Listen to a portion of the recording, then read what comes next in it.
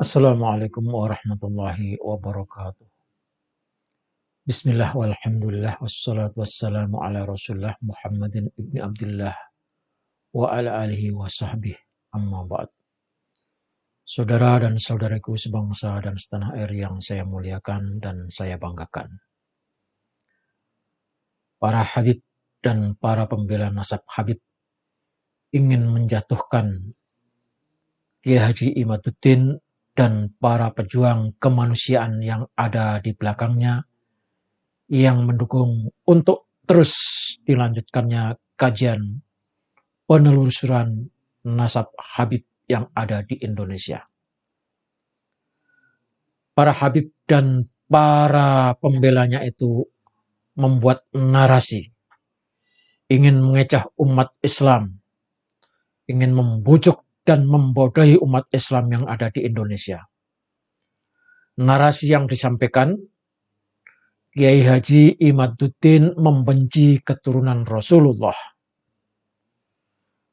Para Habib juga memelintir tesis Kiai Haji Imaduddin sebagai kajian yang menyatakan tidak ada keturunan Rasulullah di Indonesia.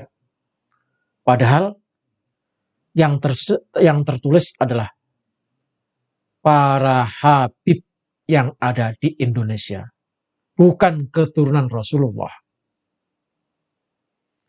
Ada dua tujuan yang ingin disasar dengan narasi tersebut. Yang pertama, supaya umat Islam secara keseluruhan menyerang dan memusuhi Kiai Haji Imaduddin dan para pejuang kemanusiaan yang ada di belakangnya.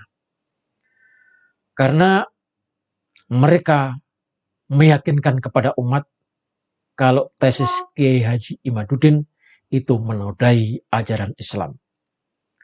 Mereka membuat tuduhan kalau Kiai Haji Imaduddin membenci keturunan Rasulullah.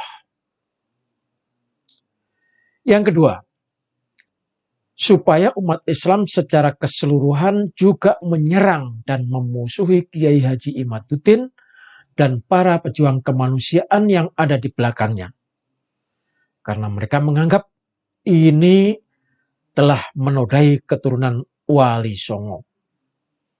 Mereka buat tuduhan kepada Kiai Haji Imaduddin bahwa beliau juga membenci keturunan Wali Songo.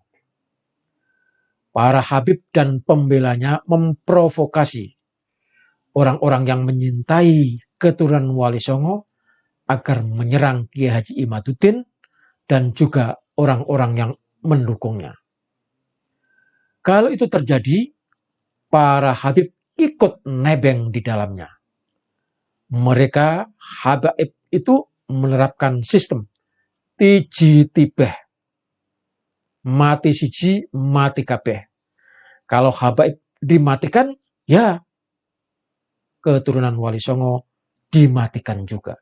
Itu prinsip mereka.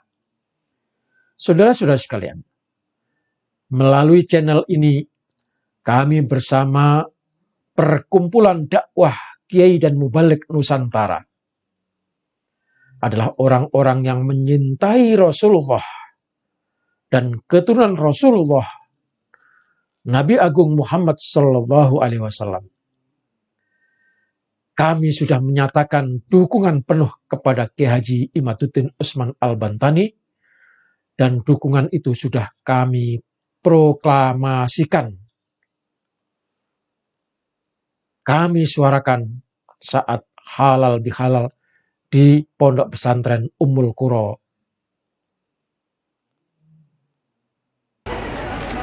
Bismillahirrahmanirrahim. Mencermati fenomena sosial keagamaan yang kian memanas tentang eksistensi habaib di negeri ini membuat masyarakat seakan terbelah menjadi dua kelompok.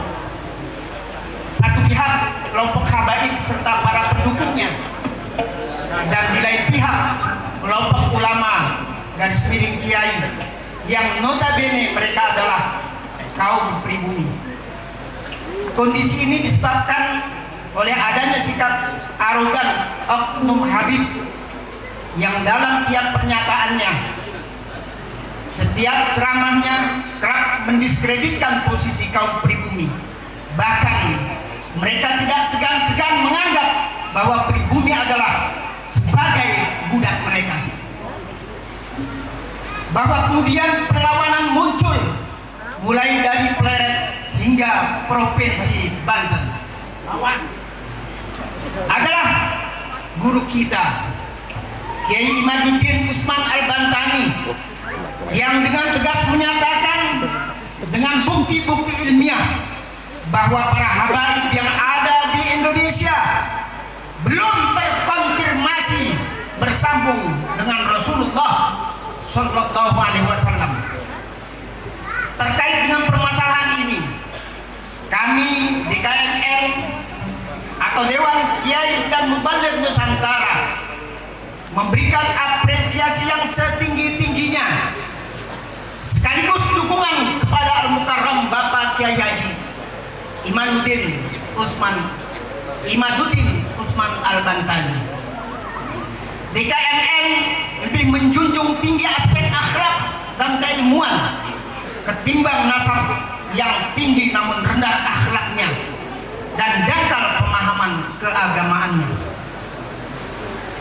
Oleh karenanya DKMN menghimbau agar oknum-oknum habaib yang selama ini mengedepankan arogansinya untuk bisa bertafakur, mengendalikan diri dan bertaubat dari segala provokasi dan perbuatan kegaduhan, sehingga kenyamanan dan ketentraman umat bisa terjaga dengan sebaik-baiknya. Demikian pernyataan ini kami sampaikan. Jakarta, 28 Mei 2023. Dewan Kiai dan Mubaligh Nusantara, Bapak Kiai Haji Abdul Mujib MA, Ketua Umum, dan Saudara Zainal Arifin, Sekretaris Umum. Pembina, Bapak Kiai Haji Syarif Rahmat SQMA, dan Bapak Kiai Haji Manarul Hidayat. Terima kasih. Wallahu muwaffiq ila aqwamit thoriq. Wassalamualaikum warahmatullahi wabarakatuh. Dzurriyyah Rasulullah harus dijaga kemuliaannya. Jangan sampai ada orang yang mengaku dzurriyyah Rasulullah tetapi kelakuannya tidak mencerminkan kepribadian syakhsiyah Rasulullah Sallallahu Alaihi Wasallam. Jangan sampai ada orang mengatasnamakan keturunan Rasulullah, tetapi memaksa, memalak, menindas, dan memperbudak umat. Membodohi rakyat dengan cerita-cerita halusinasi, cerita-cerita khayalan, cerita-cerita yang mengagungkan, mengkaromahkan para habaib di zaman dulu. Misalnya, Habib Anu bisa bertemu Allah dalam sehari sampai 70 kali.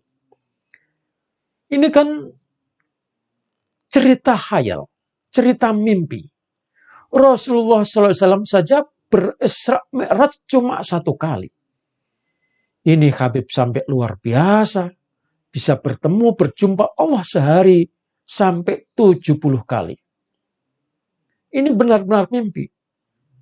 Kalau model kayak gini, saya juga bisa ngaku-ngaku. Nah itu. Contoh lagi, ada Habib Anu berjumpa Rasulullah dan jagongan, tidak tidur, yaqdotan. Lalu Rasulullah menyampaikan pesan, kasih minum kopi. Selagi kopi itu masih ada rasa di mulutnya, katanya, ia akan selalu mendapatkan ini dan itu, mendapatkan ini dan itu dari Allah Subhanahu wa Ta'ala. Dikiranya Rasulullah ini siapa? Jagongan sama dia. Ini juga sama cerita mimpi, khayalan yang dibuat-buat. Demi membesar-besarkan Habib agar orang-orang Indonesia yang bodoh ini semakin dibodoh-bodohi. Apalagi cerita-cerita takhayul itu di tengah-tengah masyarakat masih ada. Nah, orang-orang semacam ini akan terbawa, ditipu oleh Habib. Ada lagi contoh, Habib Anu bisa mengeluarkan emas dari dalam bumi. Ini sih mah ceritanya si Samsudin yang tempo hari minta dibuktikan oleh pesulap merah itu. Persis. Kalau dia bisa mengeluarkan emas dari dalam bumi, kenapa nggak dikeluarkan emas itu dari bumi untuk membiayai kehidupan orang-orang yang sengsara ada di negara Yaman sana? Ada lagi cerita, Habib Anu jari kelingkingnya bisa memadamkan api neraka. Tambah ngawur lagi. Saudara, di zaman sekarang ini semuanya bisa dilogikakan. Kalau saudara percaya, datang ke tempat saya buat Anda dengan ilmu hipnotis, saya bisa bikin Anda bisa berangkat haji, melihat Ka'bah, sholat di Masjidil Haram. Hanya dengan hipnotis. Sama halnya orang-orang yang kebal, yang ditusuk tidak apa-apa, itu bisa kita ceritakan secara ilmiah dengan ilmu hipnotis. Tidak percaya, datang ke tempat saya. Saya hipnotis, dan saya jamin Anda bisa kebal. Saya jamin Anda bisa pergi berangkat haji. Hanya dalam khayalan. Sebagai seorang muslim, saya percaya kalau Allah Subhanahu wa Ta'ala itu memberikan karomah kepada wali-walinya. Tetapi tidaklah sebegitu mudah karomah itu diobral, ditunjuk-tunjukkan, dipamer-pamerkan. Karomah Allah diberikan kepada wali-wali Allah, orang-orang yang sangat dekat dengan Allah, yang dicintai Allah, untuk membuat hujjah, untuk dijadikan dalil kepada orang-orang agar orang-orang yang tidak percaya, yang membandel, akan tahu apa sesungguhnya kekuasaan Allah, agar orang-orang yang tadinya menentang menjadi sahabat karena telah melihat bukti keagungan dan kebesaran seorang wali Allah. Tidak seperti yang dipamer-pamerkan oleh para habib itu. Kalau itu dipamer-pamerkan, maka itu adalah khayalan. Karena khayalan itu siapa saja bisa. Dan biasanya wali-wali Allah itu tidak pernah pamer-pamer, tidak pernah menunjuk-nunjukkan. Ya. Itu hanya khusus. Dan setiap orang tidak bisa melihat karomah. Karena dalam sebuah hadis saya pernah baca, suatu ketika Abdullah dan Abbas, bapak dan anak ini, ingin berjumpa Rasulullah dalam rumahnya. Tetapi pintu diketuk-ketuk, tidak ada jawaban dari Rasulullah. Lalu Abdullah diajak pulang oleh bapaknya, Abbas. Tapi Abdullah mengajak bapaknya supaya sabar sejenak dan menunggu barangkali Rasulullah ada di rumah, lalu mencoba ngintip dari celah lubang pagar, lubang tembok rumah. Dari celah itu Abdullah melihat Rasulullah SAW sedang berdiskusi dengan seseorang. Lalu Abdullah bilang, "Bapak, tunggu, Rasulullah ada di dalam, sedang menerima tamu. Insya Allah sesudah tamu pulang nanti kita akan ditemui oleh Rasulullah." Betul, setelah selesai Rasulullah berdiskusi dengan seseorang yang ada di dalam, lalu Rasulullah keluar dan menemui Abdullah dan Abbas. Abdullah menyeletuk, "Ya Rasulullah, di dalam tadi saya melihat Rasulullah sedang berbicara dengan seseorang. Siapakah itu?" Maka Rasulullah menjawab,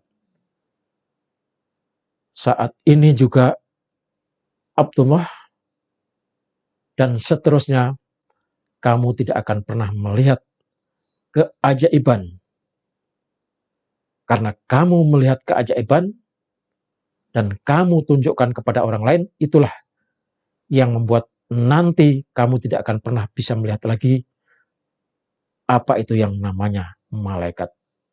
Karena tadi saya sedang berbicara dengan malaikat." Jadi saudara sekalian, ini menjadi pelajaran. Kalau ada seseorang melihat sesuatu hal yang luar biasa, tidak boleh diceritakan. Itu hanya untuk dirinya sendiri. Dan sampai meninggal dunia, Abdullah bin Abbas menjadi seorang yang alim. Bahkan kabar terakhir sampai matanya buta, tidak melihat keajaiban yang selama ini telah dia lihat. Setelah melihat keajaiban lalu diceritakan kepada orang lain, di situ menjadi penutup. Ini artinya ada pesan. Kalau Anda melihat sesuatu yang luar biasa dan itu hanya ditunjukkan kepadamu, maka jangan ceritakan kepada orang lain, kecuali untuk maksud dan tujuan tertentu. Seperti halnya kisah Nabi Yusuf. Melihat sesuatu yang luar biasa oleh ayahnya, tidak boleh diceritakan kepada saudara-saudaranya. Ini contoh, saudara. Jadi kalau ada orang yang cerita bisa ini, bisa itu, bisa ini, bisa itu, bukan wali itu. Itu adalah orang-orang yang ingin diakui sebagai wali, sehingga orang mau hormat, mau memuliakan, dan terkagum-kagum kepadanya. Saudara-saudara sekalian, kita umat Nabi Muhammad SAW menjunjung dan memuliakan Nabi Muhammad SAW, jangan sampai dikotori. Ada orang yang mengaku-ngaku dzurriyyah Rasulullah SAW, padahal aslinya orang biasa. Kita para kiai dan mubalik Nusantara selalu mengajak umat untuk menyintai Rasulullah dan keluarganya. Jangan sampai ada umat yang benci kepada Rasulullah SAW. Faktanya, rakyat Indonesia mayoritas sangat membenci para habib yang selama ini ngaku sebagai keturunan Rasulullah, dan kebenciannya tak terbendung karena mulutnya yang kotor menghina kita warga negara Indonesia yang asli Nusantara. Itu fakta.